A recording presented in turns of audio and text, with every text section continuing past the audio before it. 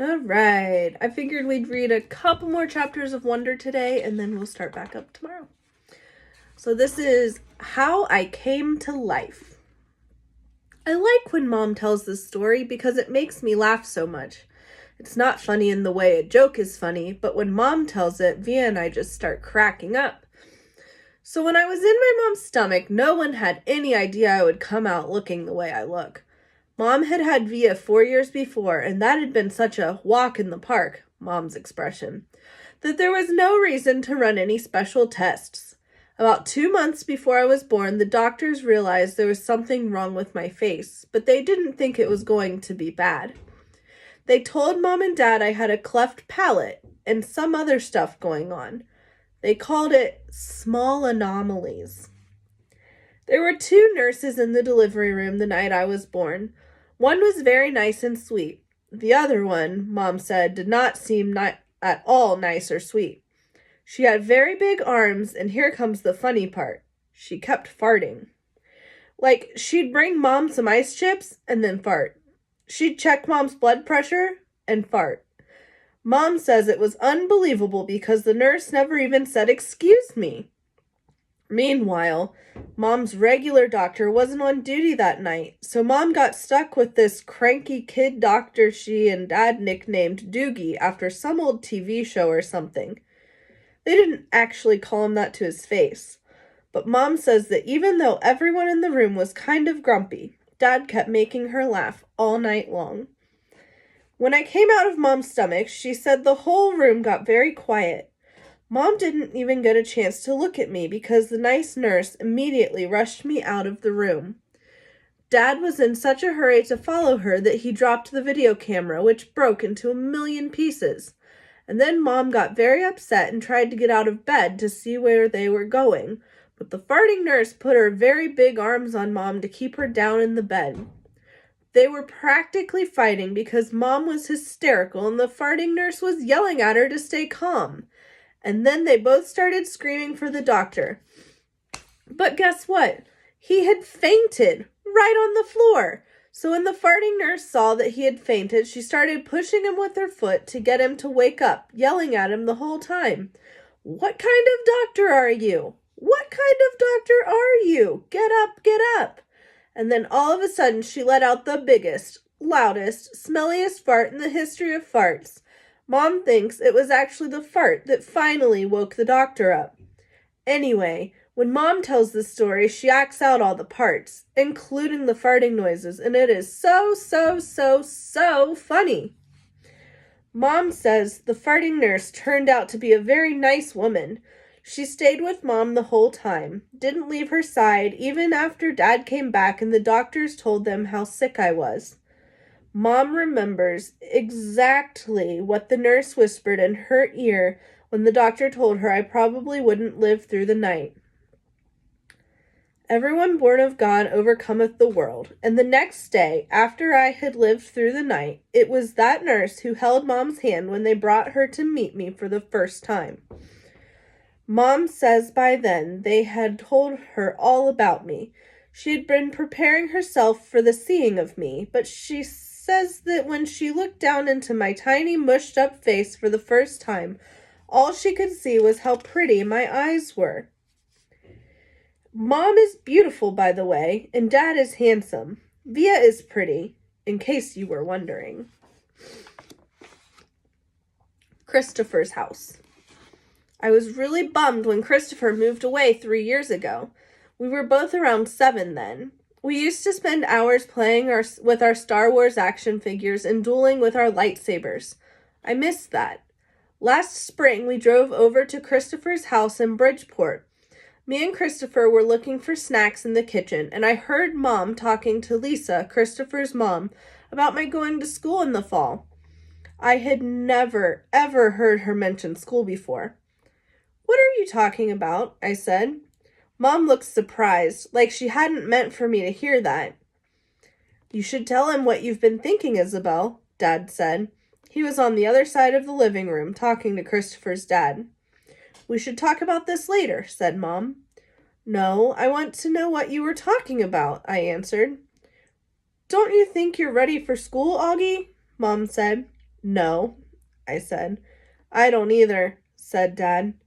Then that's it, case closed, I said, shrugging, and I sat in her lap like I was a baby.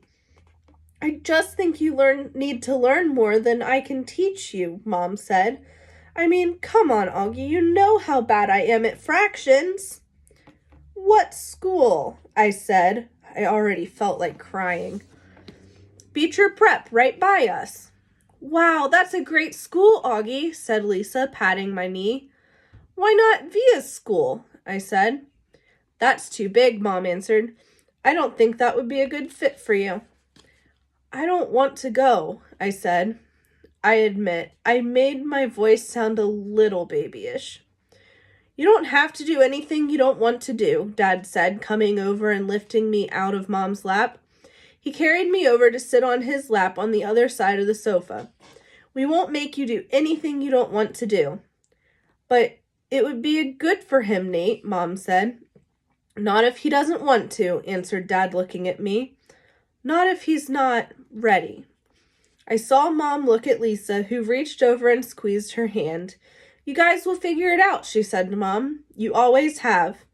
Let's just talk about it later, said Mom. I could tell she and Dad were going to get in a fight about it. I wanted Dad to win the fight, though a part of me knew Mom was right. And the truth is, she really was terrible at fractions. Driving. It was a long drive home. I fell asleep in the back seat like I always do, my head on Via's lap like she was my pillow, a towel wrapped around the seat belt so I wouldn't drool all over her. Via fell asleep too, and Mom and Dad talked quietly about grown-up things I didn't care about. I don't know how long I was sleeping, but when I woke up, there was a full moon outside the car window. It was a purple night, and we were driving on a highway full of cars. And then I heard Mom and Dad talking about me. We can't keep protecting him, Mom whispered to Dad, who was driving. We just can't pretend he's going to wake up tomorrow and this isn't going to be his reality, because it is, Nate. And we have to help him learn to deal with it. We can't just keep avoiding situations that...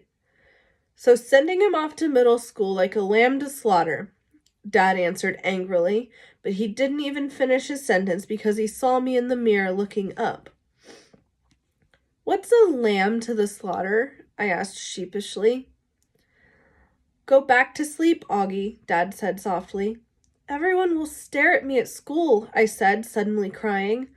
Honey, Mom said. She turned around in the front seat and put her hand on my hand. You know, if you don't want to do this, you don't have to. But we spoke to the principal there and told him about you, and he really wants to meet you. What did you tell him about me? How funny you are and how kind and smart. When I told him you read Dragon Rider when you were 6, he was like, wow, I have to meet this kid. Did you tell him anything else? I said. Mom smiled at me. Her smile kind of hugged me. I told him about all of your surgeries and how brave you are, she said. So he knows what I look like? I asked. Well, we brought pictures from last summer in Montauk, Dad said. We showed him pictures of the whole family, and that great shot of you holding the flounder on the boat. You were there too? I have to admit, I felt a little disappointed that he was part of this. We both talked to him, yes, Dad said. He's a really nice man. You would like him, Mom said. Suddenly, it felt as if they were on the same side. Wait, so when did you meet him? I said. He took us on a tour of the school last year, said Mom. Last year? I said. So you've been thinking about this for a whole year and you didn't tell me? We didn't know if you'd even get in, Augie, answered Mom.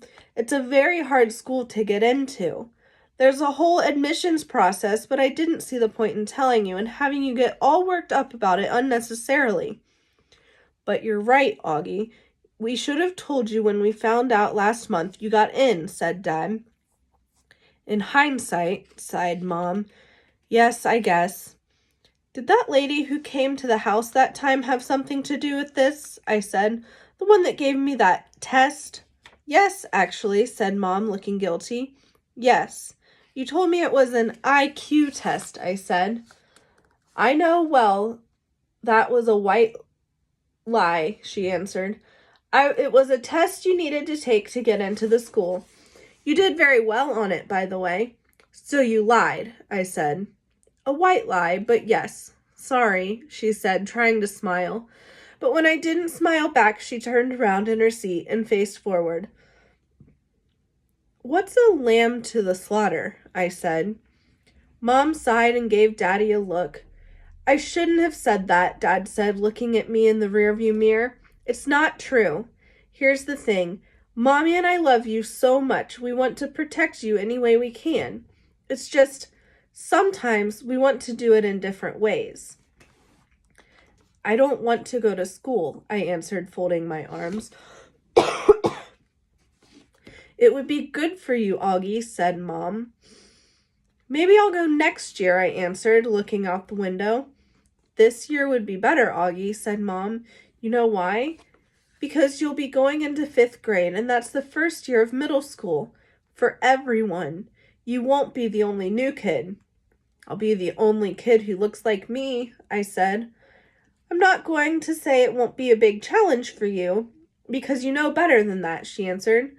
But it'll be good for you, Augie. You'll make lots of friends and you'll learn things you'd never learn with me. She turned in her seat again and looked at me. When we took the tour, you know what they had in their science lab? A little baby chick that was just hatching out of its egg. It was so cute. Augie, it actually kind of reminded me of when you were a little baby, with those big brown eyes of yours. I usually love when they talk about when I was a baby. Sometimes I want to curl up into a little tiny ball and let them hug me and kiss me all over. I miss being a baby, not knowing stuff. But I wasn't in the mood for that now. I don't want to go, I said. How about this? Can you at least meet Mr. Tushman before making up your mind? Mom asked. Mr. Tushman? I said. He's the principal, answered Mom. Mr. Tushman, I repeated. I know, right? Dad answered, smiling and looking at me in the rearview mirror. Can you believe that name, Augie? I mean, who on earth would ever agree to have a name like Mr. Tushman? I smiled, even though I didn't want to let them see me smile. Dad was the one person in the world who could make me laugh, no matter how much I didn't want to laugh. Dad always made everyone laugh. Augie, you should go to that school just so you can hear his name over the loudspeaker, Dad said excitedly. Can you imagine how funny that would be? Hello, paging Mr. Tushman. He was using a fake, high, old lady voice. Hi, Mr. Tushman. I see you're running a little behind today. Did you get your car get rear-ended again? What a bum rap. I started laughing, not even because I thought he was being that funny, but because I wasn't in the mood to stay mad anymore. It could be worse, though, Dad continued in his normal voice. Mommy and I had a professor in college called Miss Butt. Mom was laughing now, too. Is that for real? I said. Roberta Butt, Mom answered, raising her hand as if to swear. Bobby Butt. She had huge cheeks, said Dad. Nate, said Mom. What? She had big cheeks is all I'm saying. Mom laughed and shook her head at the same time. Hey, I know, said Dad excitedly. Let's fix them up on a blind date. Can you imagine? Miss Butt, meet Mr. Tushman. Mr. Tushman, here's Miss Butt. They could get married and have a bunch of little tushies. Poor Mr. Tushman, answered Nate, shaking her head. Augie hasn't even met the man yet, Nate. Who's Mr. Tushman? Via said groggily. She had just woken up. He's the principal of my new school, I answered.